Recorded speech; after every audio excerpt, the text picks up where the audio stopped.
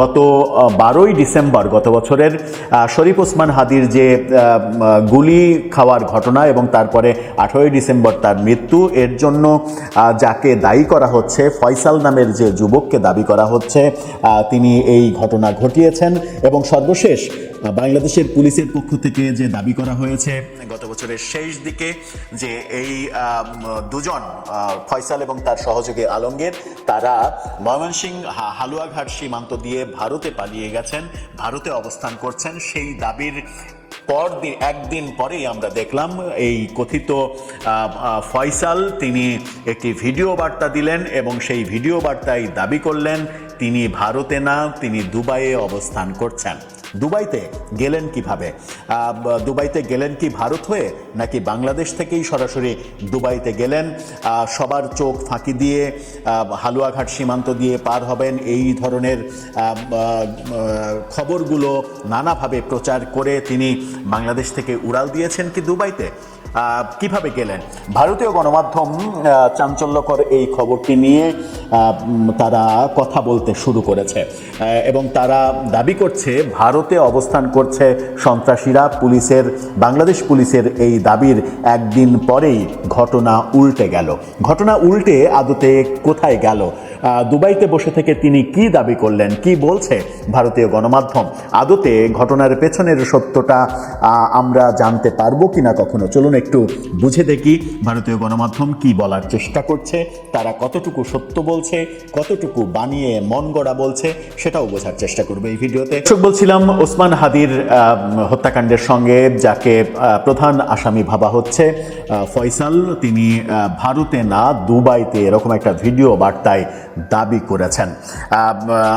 আমরা সেই ভিডিও বার্তাটা দেখেছি, যেহেতু এটা ব্যাপক প্রচারিত হয়েছে সুতরাং সেই ভিডিও বার্তা দেখানোর কিছু নেই। আপনারাও জানেন যে এরকম একটা ভিডিও বার্তা এই ভদ্রলোক ছেড়েছেন দুবাই থেকে। এখন কথা হচ্ছে ফয়সাল দাবি করছে সে দুবাইতে অবস্থান করছে। বাংলাদেশ পুলিশ থেকে দাবি করা হয়েছে ফয়সাল ময়মনসিংহের হালুয়াঘাট সীমান্ত দিয়ে ভারতে পালিয়ে গেছে। ইন্ডিয়ান এক্সপ্রেস তাদের শিরোনামে যেটা বলছে সেটা হচ্ছে যে, শিরোনামটা দেখে নিন, তারা শিরোনামের ব্যাপারে বলছে যে ওসমান হাদির ব্যাপারে পুলিশের দাবির পরদিনই দেখা গেল যে কথিত ফয়সাল নিজেই স্বীকার করলো সে দুবাইতে।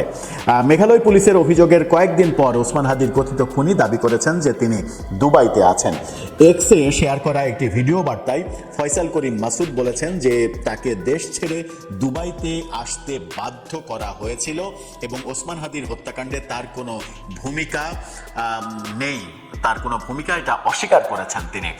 কিন্তু এখানে প্রশ্ন, যদি তার কোনো ভূমিকা নাই থাকে, তিনি যদি নির্দোষ হন, তাহলে তিনি দেশ ছেড়ে গেলেন কেন? এটা একটা বড় প্রশ্ন। বাংলাদেশ পুলিশ দাবি করেছে যে বিশিষ্ট যুব নেতা ওসমান হাদি হত্যার দুই প্রধান সন্দেহভাজন মেঘালয় সীমান্ত দিয়ে ভারতে পালিয়ে গেছে। তার কয়েকদিন পর তাদের একজন ফয়সাল করিম মাসুদ বুধবার দাবি করেছেন যে তিনি দুবাইতে আছেন। এক্সে শেয়ার করা একটি ভিডিও বার্তায় মাসুদ হাদি হত্যাকাণ্ডে তার কোনো ভূমিকা অস্বীকার করেছেন এবং যা বাংলাদেশে ব্যাপক বিক্ষোভের সূত্রপাত করে এবং দেশে ভারত বিরোধী মনোভাব তীব্র করে তোলে। ভাইরাল ভিডিওটির সত্যতা স্বাধীনভাবে যাচাই করতে তারা সেই কর্তৃপক্ষ, নিউজ কর্তৃপক্ষ ইন্ডিয়ান এক্সপ্রেস, তারা পারেনি সেটা বলছে। তিনি ভিডিওতে এই ফয়সাল মাসুদ বলেছেন, আমি ফয়সাল করিম মাসুদ, আমি স্পষ্ট করে বলতে চাই যে আমি কোনোদিন হাদি হত্যার সাথে জড়িত নই। এই মামলাটি সম্পূর্ণ মিথ্যা এবং একটি বানোয়াট ষড়যন্ত্রের উপরে ভিত্তি করে তৈরি, ভিডিওতে তিনি দাবি করেন।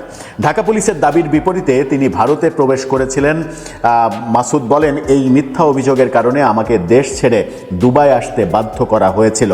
আমি অনেক কষ্ট করে এখানে এসেছি, যদিও আমার কাছে 5 বছরের বৈধ মাল্টিপল এন্ট্রি দুবাই ভিসা ছিল।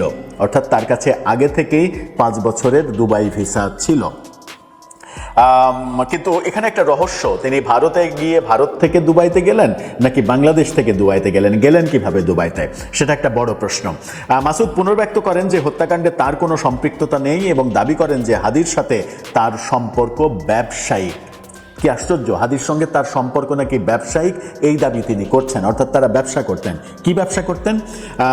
বলছেন, হ্যাঁ আমি হাদির অফিসে গিয়েছিলাম, আমি একজন ব্যবসায়ী, আমার একটি আইটি ফার্ম আছে এবং আমি আগে অর্থ মন্ত্রণালয়ে কর্মরত ছিলাম।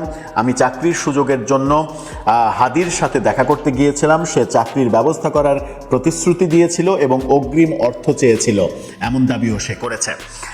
সেই অনুযায়ী আমি তাকে 5 লাখ টাকা দিয়েছিলাম। সে তার বিভিন্ন কর্মসূচিতে আমাকে অনুদান দিতেও বলেছিল এবং যখনই সে অনুরোধ করত আমি তহবিল সংগ্রহ করতাম।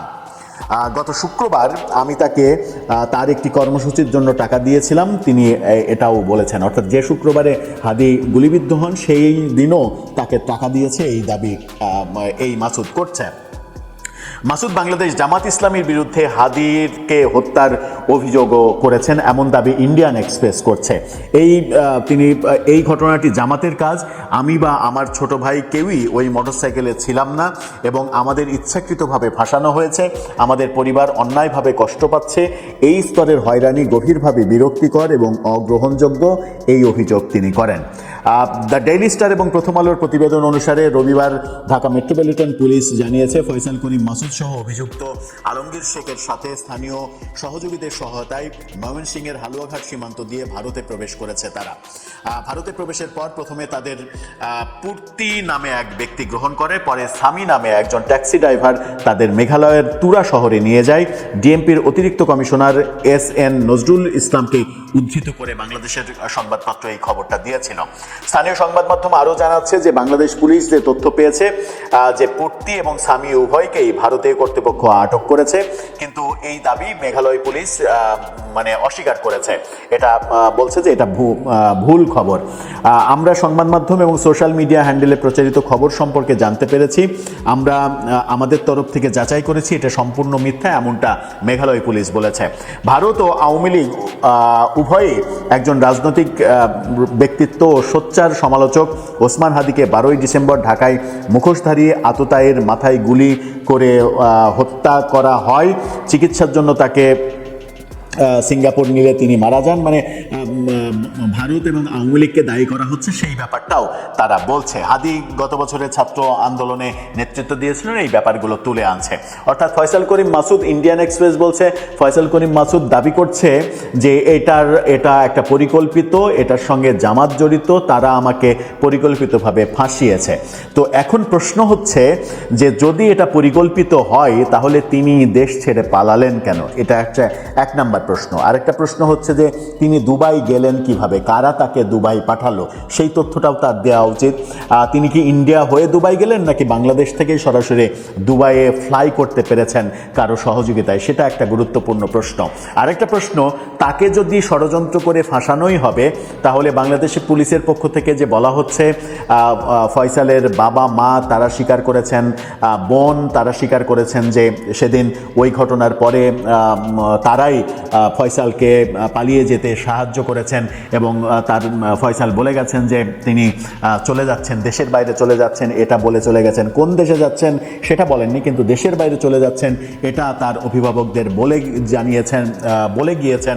বাবা মা ব্যাপারগুলোকে স্বীকার করে নিয়েছে, সেই কারণে বাবা মাকে রিমান্ডে নেওয়া, কারাগারে নেওয়া, বোন বান্ধবীর সঙ্গে একটা রিসোর্টের সিসিটিভি ফুটেজ প্রকাশ হওয়া, এই ব্যাপারগুলোর তাহলে রহস্যটা কি? এই ব্যাপারগুলো কি সমাধান দেয় কিংবা কি প্রশ্ন তৈরি করে? এইটা একটা চাঞ্চল্যের সৃষ্টি করেছে। 2025-এর এই ঘটনাটা 2026-এ এসেও নিশ্চিত করে চাঞ্চল্যের জন্ম দেবে এবং পুলিশ হয়তো নড়ে চড়ে বসবে যখন কিনা এই ভদ্রলোক দুবাইতে বসে ভিডিও বার্তা দিয়ে বলছেন যে এটার জন্য আমি দায়ী নই এবং হাদির সঙ্গে তার ব্যবসা ছিল, তাকে 5 লাখ টাকা দিয়েছেন। এই বক্তব্যগুলো আমার মনে হয় যে যাচাই বাছাই করা উচিত এবং তাকে কেউ যদি দুবাই যেতে বাধ্য করে তাহলে কারা বাধ্য করলো সেই তথ্যও তার কাছ থেকে আমার মনে হয় বের করে নিয়ে আসা উচিত। আমার মনে হয় যে ভারতের চাইতে দুবাই থেকে মানে সে যদি সত্যি আসামি হয়ে থাকে, ভারতের চাইতে দুবাই থেকে তাকে বাংলাদেশে নিয়ে আসাটা অপেক্ষাকৃত সহজ মনে হয়। কারণ ভারত বাংলাদেশের বর্তমান সরকারের সঙ্গে রাজনৈতিক সম্পর্ক একেবারে তলানিতে থাকার কারণে এই ব্যাপারে সহযোগিতা করবে না, এরকম একটা ভাবনা তো আমাদের সরকারের রয়েছে। সেই ক্ষেত্রে দুবাইয়ের সরকারের কাছে প্রফেসর ইউনূস নিজে যদি ব্যক্তিগতভাবে ফোন করেন যে এই লোক দুবাইতে আছে, তাকে আপনি ধরে আমাদের কাছে দিন, এটা একটা বড় মামলার আসামি, আমরা তাকে বিচার করতে চাই, তাহলে প্রফেসর ইউনূসের যেহেতু বিশ্বব্যাপী দাপট রয়েছে, তিনি নিশ্চয়ই এই কাজটা অনেক সহজেই পারবেন। কিন্তু তার চাইতে বড় কথা হচ্ছে যে এই যে রহস্যের জট দানা বাঁধছে, এই রহস্যের জট খোলাসা করতে হবে পুলিশকে উদ্যোগী হয়ে, যেন প্রকৃত অপরাধী কে সেটা একেবারে পরিষ্কার হয়ে যায় জাতির কাছে, এবং প্রকৃত অপরাধী যেন শাস্তি পায়।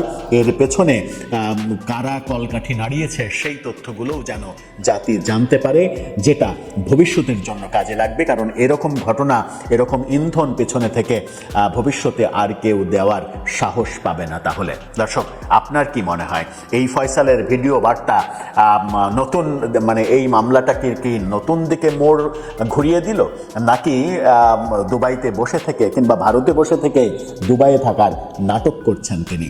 আপনার মতামত জানিয়ে লিখতে পারেন আমাদের কমেন্ট বক্সে।